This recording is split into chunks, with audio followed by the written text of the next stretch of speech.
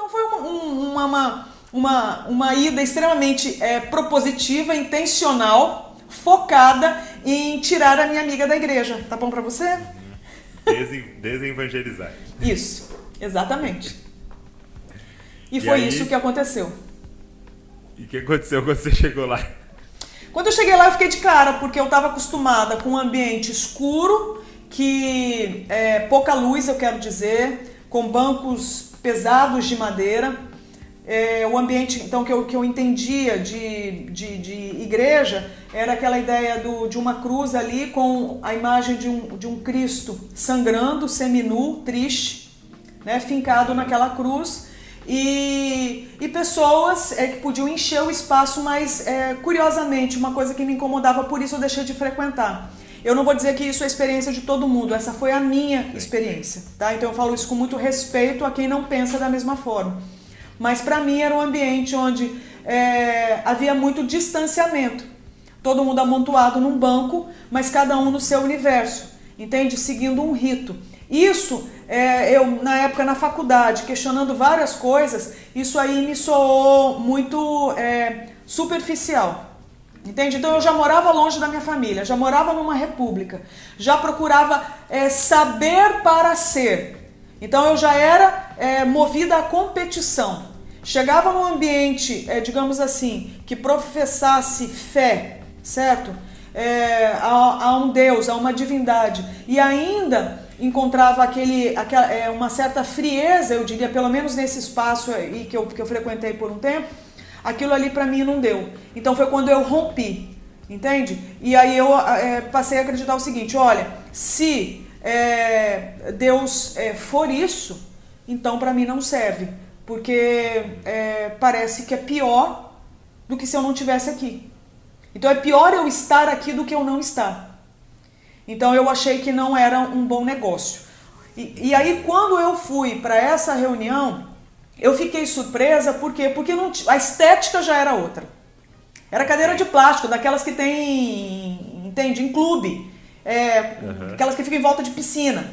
Então não tinha nada, era um salão com uma galera de universidade, que eu fiquei de cara, nós estamos falando de São Paulo, capital, um monte de gente de tudo quanto era faculdade.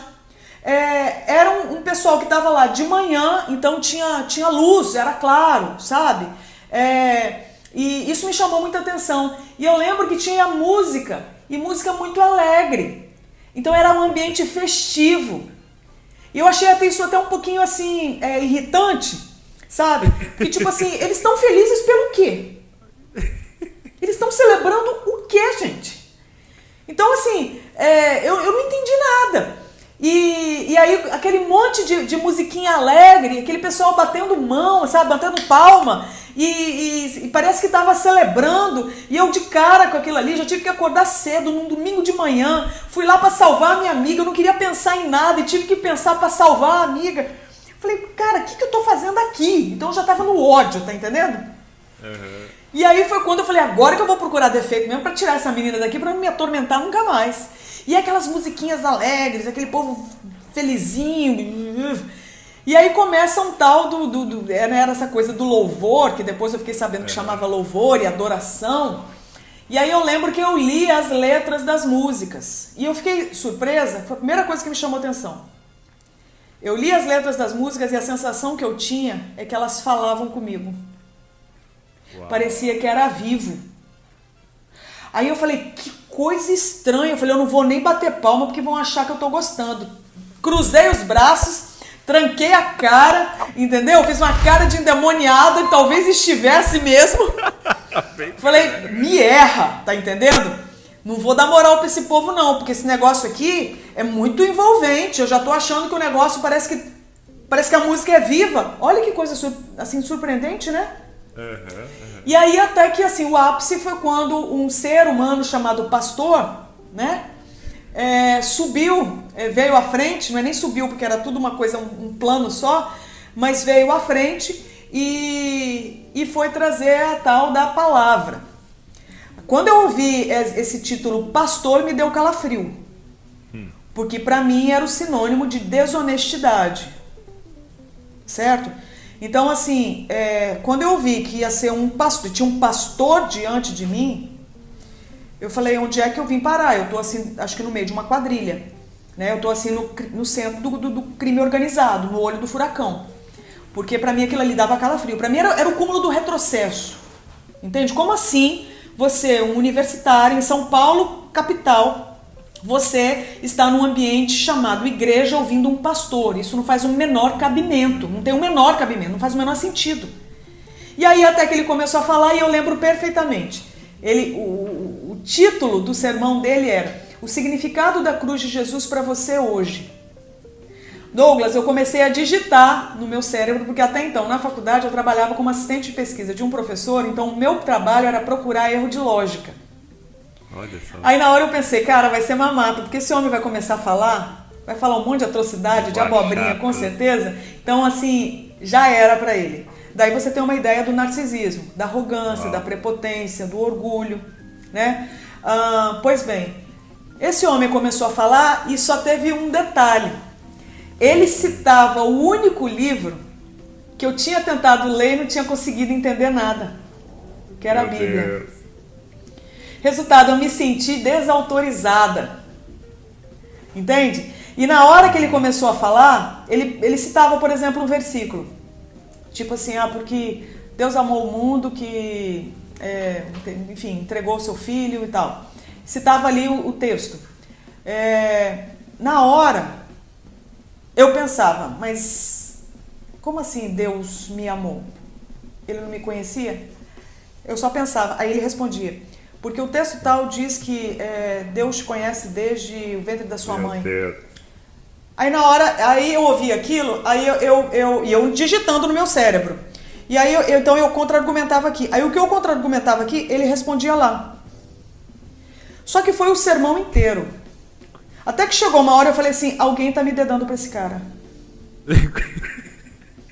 Alguém tá me entregando pra esse cara. A pessoa da lógica chegou nessa conclusão. Não, eu tive que chegar, meu amigo. Porque assim, eu falei, alguém está me entregando pra esse cara. Porque como é que... Mas aí eu pensei, eu falei, mas como que alguém tá me entregando pra esse cara? Porque eu tô pensando. Falei, colocaram uma escuta. Eu falei, mas no meu cérebro, eu mesma conversando comigo. Eu falei, não, alguém deve estar me observando. Eu virei pra trás pra ver se a parede atrás era falsa ou não, se era um espelho ou não, se tinha alguém me observando com um ponto dizendo que nem fazem teste de empresa, de sabor em pó, de goiabada, tá entendendo? Eu pensei, deve ser uma coisa do tipo.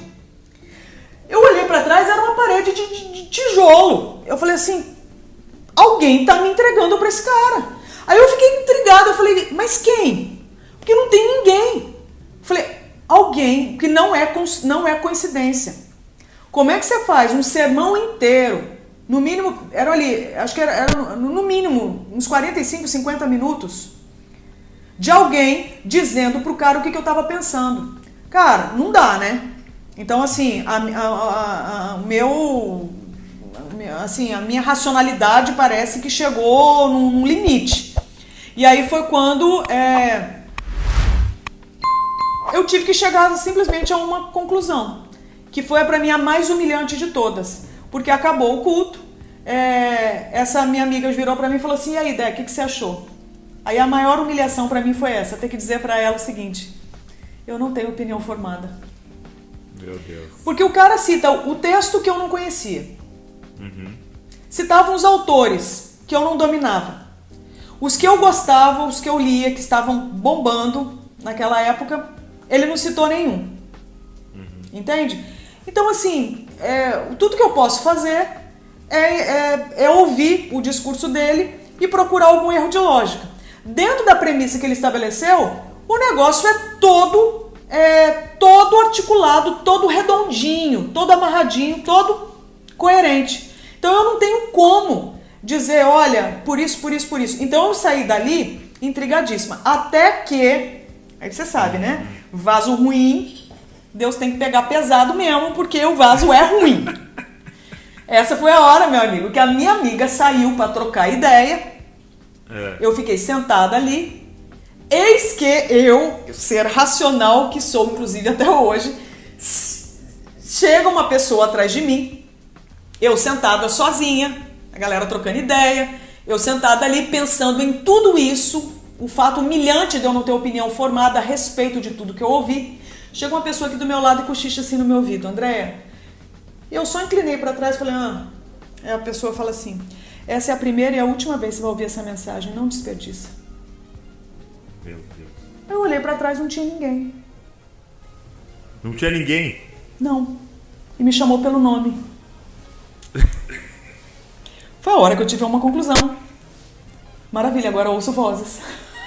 Então é o quadro, assim, fechou o quadro de esquizofrenia. Um surto, né? Eu estou em surto. E o orgulho não permitia que eu falasse isso pra ninguém. Então, tipo assim, fecha a boca, porque agora você tá à beira da loucura. Entende? Você tem uma imagem a zelar. Resultado. Como é que você vai pra casa com essa? Porque eu ouvi uma voz que me chamou pelo nome e falou pra eu não desperdiçar a mensagem, porque ia ser a última vez que eu ia ouvir. Meu Deus. Tá bom pra você, meu amigo? Foi assim. Então, o que me restou? Ela virou pra mim e falou assim: olha, vai ter um acampamento daqui 3 dias. Vamos. Eu tava louca pra ir, mas não ia dar o braço a torcer. Eu falei: ai, não posso, porque eu tenho que estudar. Eu dei uma desculpa. Ela falou assim: não, já te inscrevi. Eu falei: ai, tá bom, vai. Eu tava louca pra ir, mas o orgulho não deixava eu reconhecer. Fui. E lá foi pregado, depois de um dia inteiro, né, de atividade, a galera curtindo, jogando vôlei, tomando sol e conversando. E eu fui para observar todo mundo e vi que era todo mundo gente comum como eu. E teve um culto no final do dia, a mulher do pastor pregou sobre a mulher samaritana. Eu entendi que ela queria que eu me identificasse com aquela mulher na beira do poço, precisando de Jesus. Eu entendi o plano dela. Mas eu não conseguia acreditar em nada. Eu vi que o povo levantava a mão e chorava cantando para Deus. Eu até apertava o olho para ver se saiu uma lágrima, para eu sentir alguma coisa. Eu não sentia nada. Até que eu cheguei a uma conclusão. Falei: cara, tudo que eu quero é sair desse lugar, voltar para São Paulo, tocar minha vida. Aí eu lembrei da voz. E aí foi quando eu perguntei: bom, se não quero por quê? Aí foi quando acabou o culto, chamei minha amiga e falei: tira umas dúvidas. Aí bombardeei a menina de um monte de pergunta. Ela cansou, falou: vai lá e fala com o pastor. Eu falei: o quê? Falar com o pastor? Deus que me livre. Se é que ele existe, que ele me livre. Ela me apresentou pro pastor e eu prometi uma coisa pra mim, Douglas. Falei: eu não vou abrir nada da minha vida pra esse cara. Mas eu não sei o que aconteceu, meu amigo. Minha boca criou vida própria e ela começou a falar feito uma louca. Quando eu vi a desgramada da minha boca, me entregou. E falou pro homem o seguinte: falei: pastor, a sensação que eu tenho é que eu tenho que nascer de novo, que parece que eu não sei nada. Você falou isso? Falei: você é pastor, você é evangelista, me fala se não era tudo que você queria ouvir de uma visitante. Meu Deus, você levantou a bola, né? Foi quando eu pensei o seguinte: esse cara vai tentar fazer minha cabeça.